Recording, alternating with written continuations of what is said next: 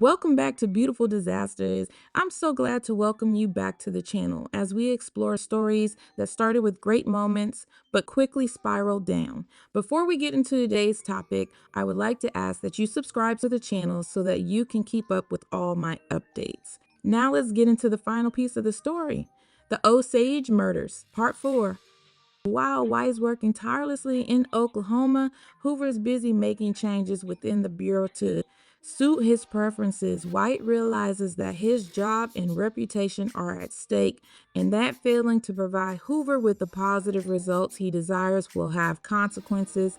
Although White may not agree with all of Hoover's decisions, he does his best to comply and even sacrifices parts of his own identity to better serve the new Bureau.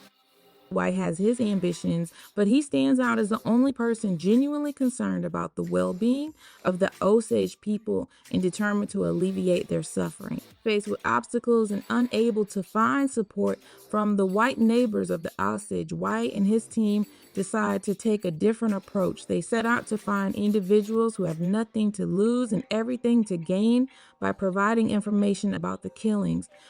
White personally meets with Greg, but the young man is hesitant to defy Hale due to the fear of losing his own life. However, when White offers Greg a chance to reduce his sentence, Greg gives in. He reveals to White and his agents that in the summer of 1922, Hale met with Greg's gang and offered them $2,000 to eliminate Bill Smith and his wife.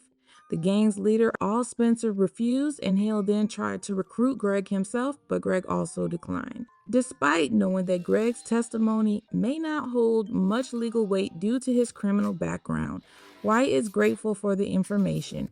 Greg encourages White to find another outlaw, but White discovers that the man is already deceased. Desperately searching for a witness, White eventually comes across Henry Grammer, a well-known rodeo star and bootlegger who had a long-standing relationship with Hale. There were rumors that Grammer had been heard discussing the murders before they occurred, mentioning something about an Indian deal. Unfortunately, Grammer had also passed away in June of 1923, just 3 months after the Smiths' house was demolished. Finally, a yegg, slang for a safecracker, provides White and his team with the identity of another witness to the bombing plot, Asa Kirby, an associate of Grammer's. According to the yegg, Kirby is a skilled expert in explosives known as a soup man. White's frustration grows as he discovers that Kirby, too, has met his demise during a failed robbery, which was tipped off by none other than William K. Hale. Another outlaw that White interviews reveals that Hale orchestrated the robbery as part of a larger scheme to eliminate anyone with knowledge about him. Not only that, but Hale is also suspected of being responsible for the deaths of other outlaws and has been eliminating anyone who possesses information about him. As White witnesses Hale, a guilty mastermind and murderer, strutting around town like a revered king, his frustration and anger intensify. In late October of 1925, Tom White unexpectedly receives a tip. While in a meeting with the governor of Oklahoma, he learns that a prisoner named Bert Lawson at the state penitentiary claims to possess significant information about the Osage murders. Eager for a fresh lead, White and his agent, Frank Smith, hastily make their way to the prison to interview Lawson. White and Agent Smith confront Hale armed with statements from Burkhart and Ramsey. White tells Hale that he has enough evidence to convict him of the vast conspiracy, but Hale remains unperturbed. Despite White's attempts to persuade him to confess and avoid a legal battle, Hale almost gleefully replies that he plans to fight the allegations against him. As news of the arrest made in the Osage murder case spreads, the nation is held in its grip by the horror of the crimes. The press sensationalizes the story, spreading the blood-curdling details far and wide.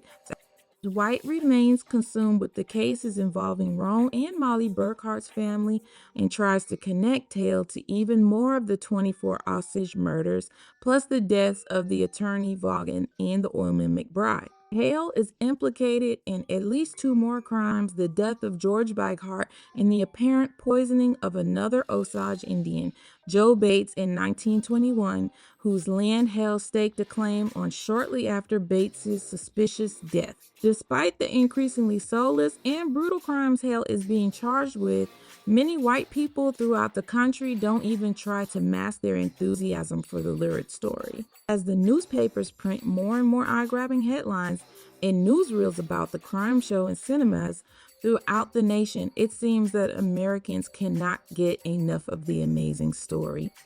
In County, the Osage tribe is deeply concerned that Hale and his accomplices will escape justice. The Society of Oklahoma Indians has issued a resolution imploring federal and state officials to prosecute the alleged perpetrators with full force. White is also aware of the corruption in America's judicial systems and fears that Hale and his cronies will evade punishment. The federal prosecutor advises White to prevent Hale from being tried at the state level, as his power and influence could enable him to manipulate and bribe his way out of a fair trial. However, the question of jurisdiction arises due to the murders occurring on Indian territory. After discovering that Henry Roan was killed on an Osage allotment under federal government control, Hale and Ramsey are charged with Roan's murder in federal court and face the death penalty. As the trial approaches, Hale hires assassins and private investigators to eliminate potential prosecution witnesses. White is most concerned about Burkhart, who confesses to being afraid of being bumped off. White assures Burkhart of government protection and enlists two members of his team to take him out of Oklahoma and keep him safe until the trial.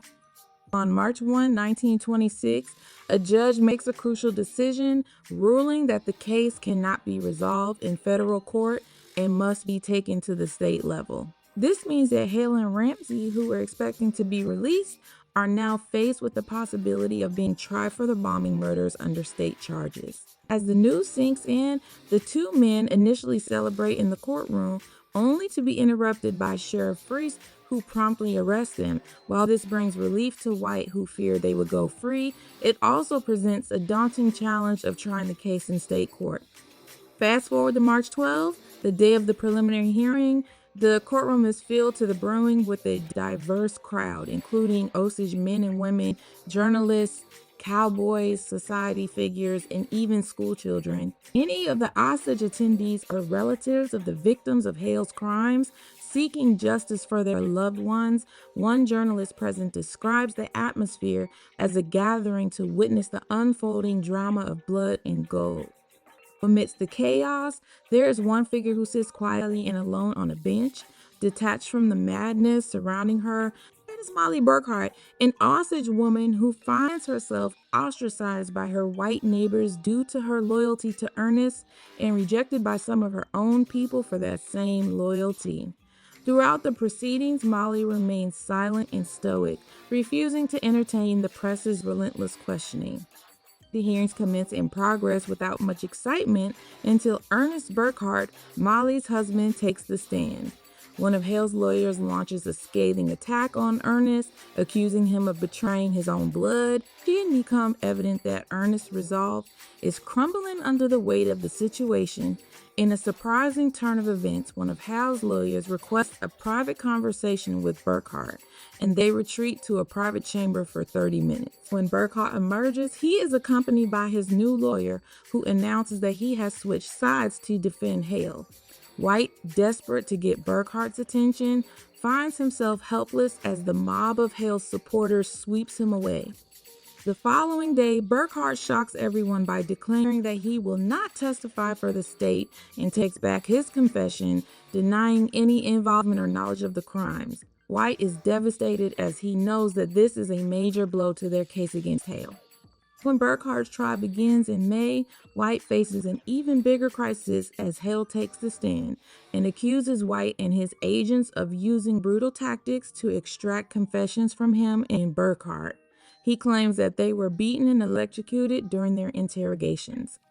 In early June, Hoover reads a newspaper headline about White's alleged coercion tactics and demands an explanation. White denies the allegations and assures Hoover that everything will soon be back on track. As the trial continues, the prosecutors call Kelsey Morrison, a former informant, to the stand. Morrison testifies that Hale planned to eliminate Molly's family so that Ernest would inherit everything. He also confesses to murdering Anna Brown with Burkhart's help. On June 3, Molly is called away from the trial as her youngest daughter, little Anna, has passed away at the age of 4.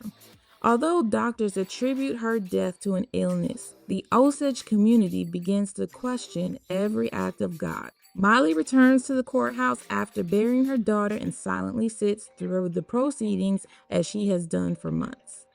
On June 7th, Ernest Burkhart requests to meet with the judge overseeing his case while he's in county jail. He admits to being tired of lying and wants to come clean, but is afraid to tell his lawyers that he wants to switch sides and become a witness for the prosecution. The judge arranges for a new attorney to represent Ernest, and on June 9th, he pleads guilty to his involvement in the murders of Bill and Rita. The courtroom erupts in response. White is relieved and informs Hoover of the news, but he knows there's still a lot of work to be done to convict the other suspects. Ernest is sentenced to life imprisonment on June 21st. In July, the trial for the murder of Henry Roan begins, and White is forced to station extra guards at the jail due to attempts to break out the outlaws who plan on testifying against Hale. White fears that the jury will be influenced by Hale and ensures that the judge probes prospective candidates before confirming them. The scorching heat of late July 1926, the trial of Hale and Ramsey commences, captivating the press with its escalating drama and violence. The intensity of the situation prompts White to deploy extra guards at the jail, fearing an escape attempt by the outlaws who plan to testify against Hale. Desperate to silence potential witnesses, Hale tries to bribe Blackie Thompson into refusing to testify, offering him freedom in exchange for eliminating Ernest in Mexico. White, aware of Hale's influence, ensures that the judge thoroughly screens prospective jurors for any signs of tampering. However, there is an unspoken question hanging over the trial. Will a jury of 12 white men ever unanimously convict a fellow white man for killing an American Indian? Both the press and the Osage tribe express their doubts about the possibility of true justice being served. As the trial unfolds, Hale and Ramsey appear surprisingly relaxed, even amused on July 30 when Ernest Burkhart takes the stand. Many anticipate his surrender, but to their surprise, he truthfully answers the prosecution's questions. Finally, his testimony reveals what the Osage have long known. Their tribe members have been systematically murdered and poisoned. On August 7th, the prosecution concludes its case, passionately urging the jury to recognize the injustice inflicted upon the Osage people by the greed of white men. They emphasize the importance of the jury's role in ensuring justice for the tribe. However, on the 20th, as the jury begins their deliberations, it becomes evident that they are unable to reach a unanimous decision. Shockingly, it is revealed that some members of the jury have been bribed by Hale's associates. The judge dismisses these jurors and orders a new trial for the defendants. This turn of events leaves White in disbelief and the Osage community outraged. Determined to uncover the truth, White embarks on an investigation into the corruption surrounding the initial trial. His efforts reveal a web of bribes and threats. In early October, a grand jury attempts to charge the defense attorney Jim Springer for obstructing justice, but he manages to evade charges while witnesses are indicted and convicted. As the retrial commences, the defense tries to shift the blame onto Ernest Burkhart instead of Hale, even questioning Burkhart's involvement in the death of his own daughter, little Anna. As the trial nears its end and the new jury prepares to deliberate, the judge reminds them of their duty, emphasizing that the failure of justice in the courts reflects the failure of the entire nation to prosper. Finally, in late October, the jury reaches a verdict. John Ramsey and William K. Hale are found guilty of first-degree murder in the killing of Henry Roan. However, the jury recommends a sentence of life imprisonment rather than death. Hale and Ramsey are taken away, and reporters rush out of the courtroom to report on this significant development. Anna Brown's murder is finally brought to justice a year later, and Molly attends the trial to hear the gruesome details of how her own brother-in-law, Brian Burkhart, conspired to kill Anna. Brian takes the stand and recalls returning to the crime scene with Molly and her family a week after the shooting to identify the corpse. Morrison, the man who pulled the trigger and killed Anna, is found guilty. After the trial, Molly divorces Ernest and is seen to recoil in horror at the mere mention of her husband's name for the rest of her life. The Osage murder investigation becomes a showcase for the modern Bureau under Hoover's direction. The press reports on the Bureau's involvement, stating that once Hoover's men got onto the scene, the law became a thing of majesty in the face of corruption and failure. Hoover uses the case to create a pristine origin story in which the Bureau emerged from lawlessness and overcame the last wild American frontier. Despite the Bureau's false starts with the case, the press and radio praise Hoover and the Bureau, dramatizing the Osage case for listeners around the country and spreading the news of the Bureau's success. In public dissemination of information about the case, Hoover covers up White and his men's involvement, knowing that they don't quite fit the profile of the college-educated recruits. He wants to be a part of his own mythology. The Osage Tribal Council stands out as the only governing body to commend White and his team as they push Congress to pass a new law that prohibits anyone who is not at least half Osage from inheriting head rights from a tribe member. After Hale and Ramsey's conviction, White is offered a job as warden of Leavenworth Prison in Kansas, one of the oldest federal penitentiaries in the country and known for its harsh conditions. Despite Hoover's reluctance to let him go, White decides to take the job and follow in his father's footsteps. White is determined to improve conditions in the prison, treat all prisoners fairly, and make serious efforts to rehabilitate them. Hale never confesses to orchestrating any of the murders, and White orders a neurological and psychological examination of him, which reveals that he has extremely vicious components in his makeup, but no psychosis. Despite Hale's attempts to bribe and scheme his way out of prison, he remains incarcerated, confident that he will eventually be released through the influence of his friends. Molly Burkhart, now free from her medical troubles, re-enters society and finds solace in her church. It is there that she meets John Cobb, a man of Creek descent, and they quickly fall in love. In the year 1928, they exchange vows and become husband and wife. Finally, in April of 1931, a court recognizes Molly's regained competence and declares her no longer a ward of the state. At the age of 44, she is granted the freedom to spend her own money as she pleases, a long-awaited liberation. However, on December 11, 1931, Tom White, a brave individual, finds himself caught in the midst of an attempted escape by two members of the infamous L. Spencer gang. These prisoners take him hostage as they flee from Leavenworth, and in their desperation, they try to abduct a young boy and girl from a nearby town. When White courageously intervenes, he is shot in the arm, narrowly avoiding more severe injuries. Left for dead, he miraculously survives. Fast forward to December of 1939, and Tom White, now approaching 60 years of age, is employed at Alatoona Prison in El Paso, Texas. In an interview with a newspaper reporter, he recounts the harrowing incident, revealing that none of the convicts managed to escape in the end. Seeking a safer and more stable environment, White transferred to Alatoona shortly after his release from the hospital. During the 1930s, a series of high-profile crimes falls under the jurisdiction of Hoover's Bureau, solidifying its credibility. As a result, agents are granted the authority to make arrests and carry firearms. Eventually, the Bureau is renamed the Federal Bureau of Investigation. Throughout the years, as U.S. presidents come and go, Hoover remains firmly in control of the institution he painstakingly built.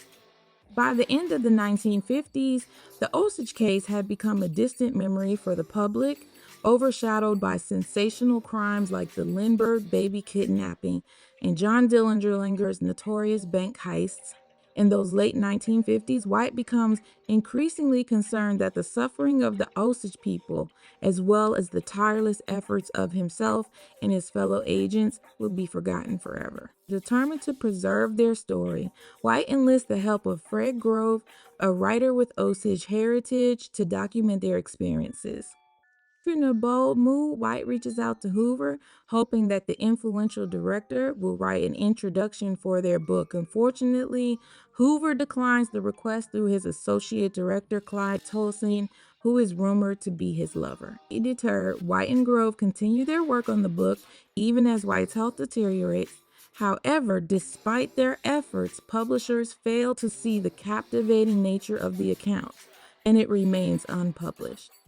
Tragically, in December of 1971, White passes away and his story, along with his memory, fades into obscurity. It is only years later, when the Bureau finally releases some of its files on the Osage investigation, that a new layer of the case is uncovered. This revelation exposes an even darker and more terrifying conspiracy, one that White himself had missed and the Bureau had never before revealed. The Osage Murders has come to a close. Let me know what you think of the case and if Ernest and Hale should have been hanged for their crimes. Don't forget to subscribe to the channel and hit the bell button to receive notifications when new content is posted. By Killers of the Flower Moon, share your thoughts on the book and movie in the comments below. Until next time, take care of yourself.